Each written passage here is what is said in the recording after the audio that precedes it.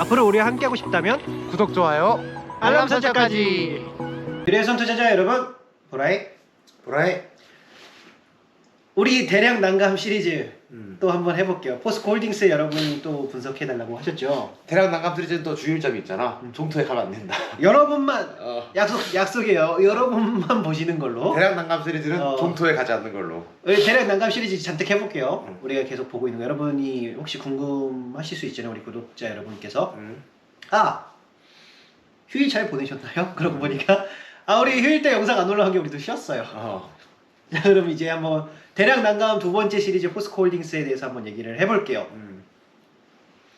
자, 여러분 우리 일단 그 주식시장의 신 우리 광신도 투자잖아요. 그럼 주식시장의 신께서 이제 우리에게 가격을 게시를 해줄 거예요. 그럼 우리 이제 기도하는 거지. 오늘도 정의로운 투자자 되게 허락해 주세요. 막 이렇게 막 우리 정의로운 투자가 되게 이렇게 허락을 받고 해야 돼요. 자, 그럼 이제 포스코홀딩스를 봤을 때 연 차트를 딱 눌러봤을 때 어떤 모양이 나올까요? 우리 제일 먼저 어떤 주식이나 종목을 발견했을 때 제일 먼저 우리가 하는 행동은 연 차트 딱 눌러보는 거잖아.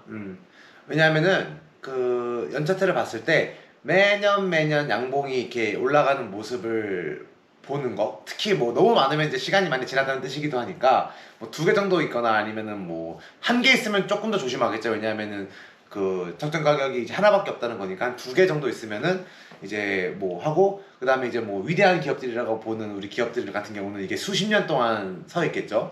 그래서 그런 연차트를 봤을 때 우리가 이 회사의 그 성향을 파악할 수가 있다. 딱 보면 고성장인지 아닌지 알아요. 그러니까 이런 거죠. 뭐 위대한 기업이고 뛰어난 기업인데 주가가 못 오른다. 이거 말이 안 되잖아. 맞아. 공부는 잘하는데 시험은 못 본다 뭐 이런. 이 말이 안 되는 거예요. 위대한 기업인데 주가는 못 오른다. 엄청난 회사인데 뭐 주가는 못 오른다. 그럼 누가 문제가 있을까요? 그렇지. 그죠? 누군가는 문제가 있어요. 그치. 근데 우리 증시를 믿고 광신도 투자기 때문에 한번 연 차트를 딱 봤을 때 포스코홀딩스에 딱 느낀 점은 역시 철강 회사였다 그동안. 경기 순환주, 그러니까 주가가 보시면은 차트 지금 딱 보이면 알겠지만 막 양양양양 이런 느낌이 아니잖아요. 계단식으로 올라가요. 그 에코프로비엠이나 이런 거 봤을 때 계단식으로 쫙쫙쫙쫙쫙 올라간단 말이죠. 근데 포스코홀딩스 같은 경우는 역시 올해 30% 정도 연양이 서 있다. 그리고 그 보면은 이게 꿀렁꿀렁하는 모습이 이제 계속 철강 시향에 따라 아마 이런 모습이 계속 될 거예요 이제. 그러니까 작년까지만 해도 포스코홀딩스는 완벽하게 철강사였다. 차트 모양이 말해주죠, 연 차트가. 왜냐면은 경기순환주는 못 오르거든요. 경기에 넣을 때만 잠깐 올랐다 다시 빠지지. 그러니까 파도 치듯이 이렇게. 맞아. 그래서 경기에 따라서 매수 매도를 하는 게 경기 순환주 투자법이 되는 거죠. 이 파도에 따라서 파도 밑에서 사서 경기의 위 상단 부분에서 예측하고 파는 게 경기 순환주 투자 방법입니다. 지금 삼성전자나 SK하이닉스 급등하는 게 원래는 최악에 사면 올라요. 그래서 경기 순환주 투자는 우리랑 좀 다른 방법이라서 그거는 좀 나중에 할게요. 안 할 수도 있어요. 하여튼 그래서 올해 리튬이랑 대규모 시세 상승이 있었잖아요. 또 어반 리튬이나 뭐 이런 수산화 리튬 하는 애들도 뭐랄까 시가총액이 잔뜩 섰어요. 맞아. 실제로 양산을 안 함에도 불구하고요. 포스코홀딩스도 그 리튬에 아마 광산이라든가 수산화 리튬 기대감이 있는 거겠죠? 그 광산 같은 거 매입해놓고 실제 이제 제품은 올해 한 말 정도에 거의 그러니까 사실 지금 본격적으로 거의 생산이 안 되고 있어요. 그리고 특히나 또 포스코홀딩스 다른 게 어반 리튬 같은 경우는 그것만 있잖아, 리튬만. 근데 포스코홀딩스는 철강이라는 어마무시한 그 부분을 갖고 있기 때문에 실제로 리튬 사업을 한다고 해도 이 리튬 사업 부분이 철강 부분을 이기고, 그래 포스코홀딩스는 철강 회사가 아니지 이제 리튬 회사지라고 할 정도로 하려면은 넘어야 하는 산이 철강이라는 산이 있는 거예요 지금 내부적으로. 그래서 이거 우리 배터리 아저씨가 추천해준 8종목 가운데 하나인 거 알아요. 근데 우리랑 의견이 달라서 우리는 투자 안 했거든요. 그게 우리 경험상 안 돼요. 그게 반영이 안 되던데. 예를 들면 이거요. 그때 어느 영상에선가 잘 모르겠지만 그 외국 그 배터리 아저씨가 외국 펀드 매니저 전화 와서 막 통화했다는 적을 봤어요. 그 영상을. 근데 거기서 외국 펀드 매니저가 철강산 줄 알았다. 근데 무슨 소리냐, 그건 리튬 사다고 배터리 아저씨가 한 말이 기억이 나거든요. 근데 이런 거예요. 지금 그러니까 우리가 준비한 자료 여기다가 한번 띄워주면은 전체적으로 영업이익에서 차지하는 부분이 그 리튬이 지금은 없어요. 그러니까 내년에 이제 아마 맞아. 가장 최고로 잘 된 걸로 반영을 했을 때 그때 한 20-30% 정도? 그치. 내년에 최고로, 그러니까 2024년도에요. 그래서 자료를 같이 한번 보면은 어떻게 되냐면은 거의 2023년도는 진짜로 리튬 가격이 엄청 역대 최고점을 찍고 환율도 거의 한 1,400원? 판타스틱한 판타스틱하게 가도 한 거의 한 780억 정도. 근데 철강 부분이 지금 한 잘 날 때는 한 8조 가까이 나거든요. 780억에 8조 부분을 예를 들어 780억에 그거에 나는 걸 보고 8조 부분의 딱지를 바꿔주기에는 힘들죠. 그러니까 이런 거예요. 그 주식 투자는 한 종목의 민주주의라고 생각하시면 돼요, 여러분. 한 종목을 여러분들이 돈으로 투표를 하는 거예요. 근데 잘 보세요. 철강 부분이 뭐랄까 나 여기서 여기까지 다 철강으로 보이고 여기 손톱 하나가 리튬이야. 이거 너 리튬이잖아라고 말을 할. 일단 민혁이가 이렇게 있는데 새끼 손톱에 네일 아트라고 온 거예요. 근데 그걸 보고 너는 여성성이 엄청나구나 이렇게 말할 수가. 나한테처럼 마초처럼 막 다 수염 기르고 이렇게 있는데. 수염 기르고 이렇게 다 근육질에 있는데 여기 네일 아트 하나 딱 있어요. 여성성이 너 엄청난 사람이구나. 친구구나 라고 말할 수가 있을까요? 있을까요, 여러분? 없죠. 근데 이제 리튬에 대한 기대감이 잔뜩 있는 건 이걸 보면서 이거는 리튬이 분명해 라고 말을 하는 거예요. 어렵죠. 아니면 내년에 갔을 때. 그치. 그래서 오히려 내년까지 한번 갖고 와볼게요. 그래서 투자는 한 해 한 해 게임이니까 내년은 이제 내년에 그때 보는 게 맞지만 내년도 만약에 최고의 리튬 가격 톤당 거의 한 6만 달러에다가 환율도 1,400원 유지한다고 하면은 그때선 한 2조 7천억이 날 수 있다고 추정을 하거든요. 그러면 8조에 2조 7천억인 거예요, 여러분. 그럼 한 33% 정도. 자, 그러면 이런 거예요. 나 아이언이야, 아이언맨이야. 철강이 뭐 철강처럼 생겼어 이렇게 다. 근데 30%면 요 정도? 요 정도가 이제 리튬으로 반짝반짝거려요, 여러분. 여기 철강이 이렇게 버티고 있고. 그랬을 때 우리 경험상 30% 이상이면 약간씩 반영이 된다. 근데 내년에 30%까지 가는 건 솔직히 지금 입장에서 상상하기 어렵죠. 정말 좋은 걸. 왜냐면 내년 게임은 내년에 하는 거니까. 맞아. 그러면 이제 포스코 홀딩스가 왜 30%나 올랐나요? 라고 우리한테 얘기를 할 수 있겠네요. 그러니까 감성 코퍼레이션 우리가 또 하나의 자료를 갖고 왔어요. 맞아. 자, 어떤 기업이 이 감성 코퍼레이션 그동안 의류가 없었거든요. 근데 의류 사업에서 여러분 스노우피크라고 아실 거예요. 그 라이센스를 들여와서 이 기업이 스노우피크로 몇 년도야? 2020년도? 20년도에 대박을 치었어요. 기대감이 이때부터 생겼지. 그러니까 성공을 했어요. 사람들이 환호하고 사는 걸 봤어. 근데 이익은 안 나요. 맞아. 그래서 2020년도에 이익이 한 3억 정도?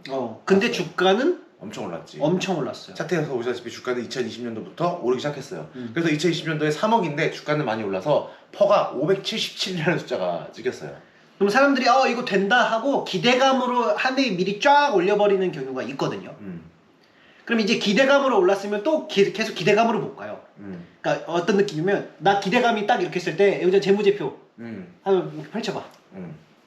자, 크로스가 딱 이렇게 딱 이렇게 이 지점이 있어요, 이렇게. 그치. 기대감만 있으면 기대감만 있으면 안 돼요. 맞아. 그러니까 기대감과 실체가 딱 만났을 때 계단 형식이 되면서 이렇게 가거든요. 기대감만 갖고 올라가면 테마주죠. 그치. 근데 기대감과 실체가 있을 때는 고성장주로 이제 이름이 바뀌어요. 자, 지금 포스코 홀딩스는 분명히 리튬 사업이 대박 칠 거예요. 왜냐면은 없어서 못 파니까. 수산화 리튬도 뭐 대박 치겠죠. 네, 그게 올해는 아니고 이제 기대감으로 올해 좀 올랐다가 내년부터 이제 정식으로 반영될 건데 엄청나게 최고의 선호도의 엄청난 스토리를 갖고 와도 30% 정도 수준? 그치. 인 거죠. 맞아. 근데 우리 그러면은 자, 그럼 주가 올라갈 수 있다고 우리는 생각을 해요. 내년에. 그러니까 기대감은 우린 쳐주지 않아요. 우린 기대감 있으면 그냥 그 한 해 버리거든요. 1월 달에 진입하지 못했으면. 그치.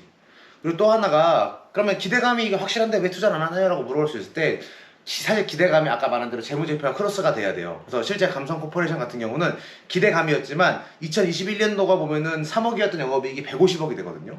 그러면서 퍼가 10 정도 수준으로 떨어져요. 10이면 우리나라 의류에서 아주 그냥 안정적인 퍼가 되거든요. 근데 포스코 홀딩스 그래 기대감이고 리튬 사업 잘 될 거 알겠어. 하지만 이게 어느 지점에 크로스가 될지 우리가 그 확신할 수가 없고, 그 다음에 두 번째는 이제 이 리튬 사업에 대한 의료는 사실 되게 그게 많아요. 그 데이터가 FNF도 있고 의료 사람들만 리튬 사업 우리나라에서 거의 이런 건 처음인데 어느 정도의 주식 증시의 신이 어느 정도의 적정 가격을 줄지 이런 것도 저희는 이제 재무제표와 크로스가 되는 시점과 그해 양봉을 보면서 아 얘는 이 정도 평가를 받는구나라는 그런 데이터가 있어야지 정확히 적정 가격을 산출할 수 있고, 그럼 우리가 맨날 했던 적정 가격 밑에서 사면 얼마 정도 이익이 있겠구나 이런 계산이 쓰는데, 기대감 때는 이제 이런 세부적인 부분을 계산하기가 굉장히 힘든 상황이 있거든요 지금 사실.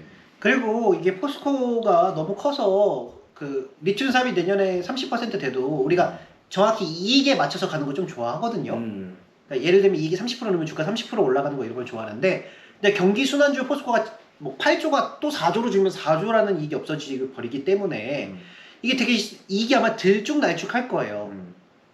그러니까 조금 골치 아픈 투자예요 우리 입장에서. 우리가 에코프로를 기다리는 게 거기 수산안에 좀 편하거든요. 그래서 우리가 좀 생각을 해봤어요. 이거 금융공학이 필요하다 여기서는. 포스코 홀딩스를 물적 분할하면 여러분들이 분리하잖아요. 가장 유리한 건 인적 분할해서 포스코를 내보내든가. 포스코를 내보내도 좋아요 여러분.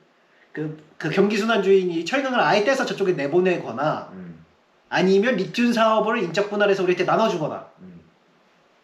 사실 인적 사업 그 리튬이랑 수단을 지금 갖고 오는 게 가장 좋을 수도 있는데. 그치. 솔직히 그 약간 뇌피셜인데 제일 좋은 시나리오는 말한 대로 리튬 부분을 분할 상장하는 게 맞다고 생각합니다. 물론 우리에게 같이 주식을 똑같이 나눠주는 인적 분할로요. 인적 분할은 우리한테 유리하고 물적 분할하면은 우리가 못 갔거든요. 그러니까 그렇게 되면은 그 다음에 이 리튬 산업이 지금 고성장하고 있는 그 부분을 온전히 평가받을 수 있게 될 거예요 증시에서. 왜냐하면 따로 성장했으니까 30%가 리튬이 아닌 100% 리튬이 내가 탄생을 하게 되는 거거든요. 그러면 얘가 리튬 회사인지 철강 회사인지 증시에서 고민할 필요가 없잖아. 100% 리튬인데. 근데 이게 철강 회사면 철강 보고 투자하는 펀드 매니저들도 되게 많아요. 그리고 포스코 철강사 중 꽤 유명하거든요. 진짜 세계 탑 철강사 중 하나니까. 근데 그걸 갖고 걔네가 포스코를 철강 갖고 들어올 거란 말이죠. 계속 그런 식으로. 철강 시험 보고 들어오고. 그럼 계속 이렇게 부딪히게 돼요. 이렇게. 아 우리 리튬 보고 투자한 분들이랑 철강 보고 투자한 데는 부딪히는데, 리튬은 가자 했을 때 철강은 이 정도면 됐다고 이제 매물이 막 쌓이는 경우가 많아가지고 골치 아픈 거예요 지금 포스코 홀딩스 같은 경우나. 그러니까 사업의 내용은 되게 좋죠. 근데 증시에서 내용은 이 철강의 그 8조 9조의 그 이익을 뚫고 가려면 얘가 그냥 10조 20조 이익이 나버리면은 뭐 되는데 그거까지는 좀 멀죠 아직 길이.